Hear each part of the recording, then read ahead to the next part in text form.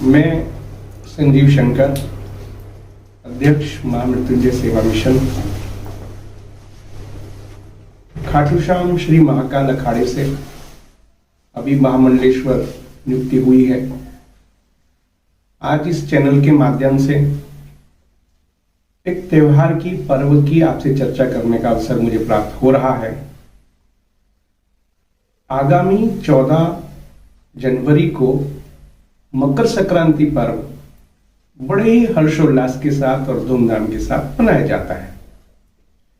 जानकारियां सभी को होती हैं, ऐसा नहीं है कि जानकारी नहीं है, लेकिन केवल मकर संक्रांति जहां तक कहा जाए तो सबसे पहले तो एक बात मन में रखनी चाहिए कि जो विद्वान लोग हैं, जो ज्योतिष जानते हैं, तो ज्योतिष के अनुसार सूर्य जो अपनी राशियां हैं, मेष, वृष, मिथुन, कर्क, सिंह, कन्या, ऐसे विभिन्न विभिन्न राशियों में भ्रमण करता हुआ जब धनु राशि से मकर राशि में आता है तो यह उत्सव मकर संक्रांति बनता है। ऐसा नहीं कि केवल मकर संक्रांति उत्सव है। सूर्य जिस समय जिस राशि में होगा उसे संक्रांति ही कहते हैं। इस संक्रांति पर्व पूरे वर्ष मनाया जाता है, लेकिन विशेष पर्व मकर संक्रांति है। ज्योतिष गणना में एक और बात मिठास के साथ कही जाती है कि जो मकर राशि है इसके स्वामी शनि हैं और उनके पिता सूर्य हैं। ये तो मुझे स्पष्ट जानकारी नहीं कि इनमें शत्रुता क्यों है, क्योंकि पिता और पुत्र में शत्रुता शब्द अच्छा नहीं होता। वैचारिक मतभेद एक पीढ़ी का दूसरी पीढ़ी में जरूर हो सकता है, लेकिन शत्रुता नहीं। कहते हैं कि सूर्य भगवान जब मकर राशि में आते हैं तो अपने पुत्र शनि से मिलने आते हैं, इसलिए यह उत्तम सामंजस्य है। हमारी कुंडलियों में, हमारी महादशाओं में कहीं सूर्य के अंदर प्रत्यंतर में शनि का प्रत्यंतर चल रहा हो, कहीं शनि के प्रत्यंतर में सूर्य का अंतर चल रहा हो, कहीं सूर्य की महादशा चल रही हो, कहीं शनि की महादशा चल रही हो, विपरीत हो तो बहुत लाभकारी है ही। और हमारी सकारात्मक हो तो हम नए नए उद्योग, नए नए प्रतिष्ठान, नई नई चीजें प्रारंभ इस दिन कर सकते हैं।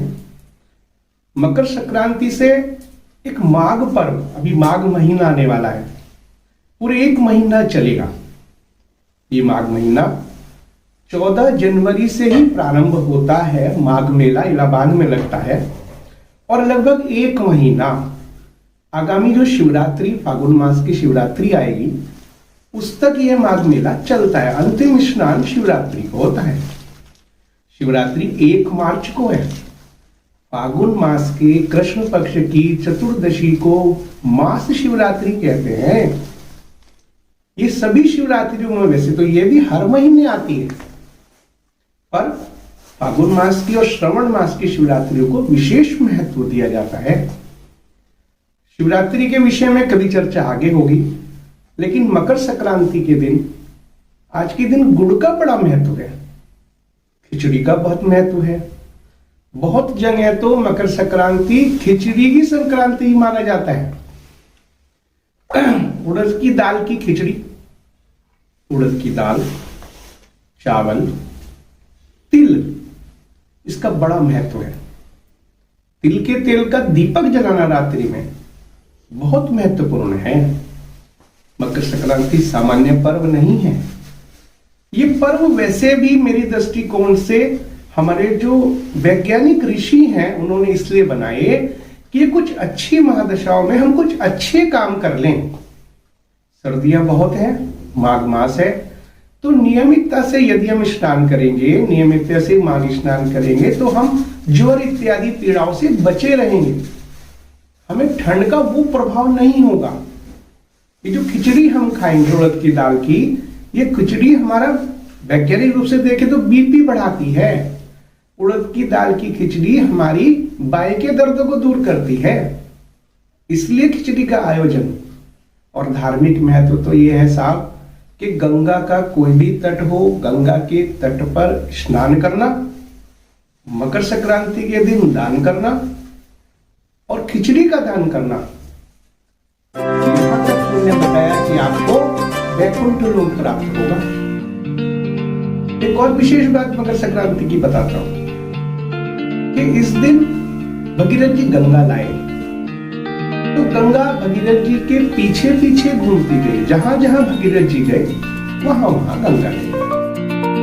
गंगा लाने का उद्देश्य पूर्ण होने के बाद जो अंतिम समुद्र में वापस छोड़नी थी, वो यही मकर संक्रांति का दिन था कि गंगा जी सागर में मिली। उस तट को गंगा सागर कहते हैं। सारे तीर्थ बार बार, गंगा सागर एक बार, ये कहावतें तो खूब आपने सुनी, लेकिन गंगा सागर में सारे तीर्थ बार बार, गंगा सागर एक बार भी कब? वो मकर संक्रांति को दिन। आप देखें लाखों लाखों यात्री बहुत प्रयास करके, यात्राएं करके, बुजुर्ग लोग जिन्होंने रिटायरमेंट हो गया है, जो चल नहीं पाते हैं, वो भी मकर संक्रांति के दिन गंगा सागर में पहुंचकर स्नान करते हैं। केवल स्नान का ही महत्व है। ऐसे विस्तार वाले पर्व हमें इस वजह से नहीं बनाने चाहिए। किसने कह दिया? आज बच्चे पढ़े लिखे हैं, विद्वान हैं, सब कुछ है, सब जानते हैं, लेकिन अंधविश्वास में नहीं पढ़ते। उन्हीं बच्चों के लिए मैं इस चैनल के माध्यम से आपको संदेश दे रहा हूं कि अंधविश्वास नहीं। अपने किसी वैज्ञानिक से पूछें, अपने किसी प्रोफेसर से पूछें, और तब ये इन्हीं शब्दों के साथ मैं अपनी वाणी को विराम देता हूं और अपने समाज को पर्व बनाने की महत्ता पर चलाए जा रहे इस चैनल को बहुत शुभकामनाएं देता हूं। इन विषयों पर अपनी दूरदर्शिता, अपनी उलझने दूर करें। मकर संक्रांति तो बना ही लें, उसकी बहुत बहुत शुभकामनाएं।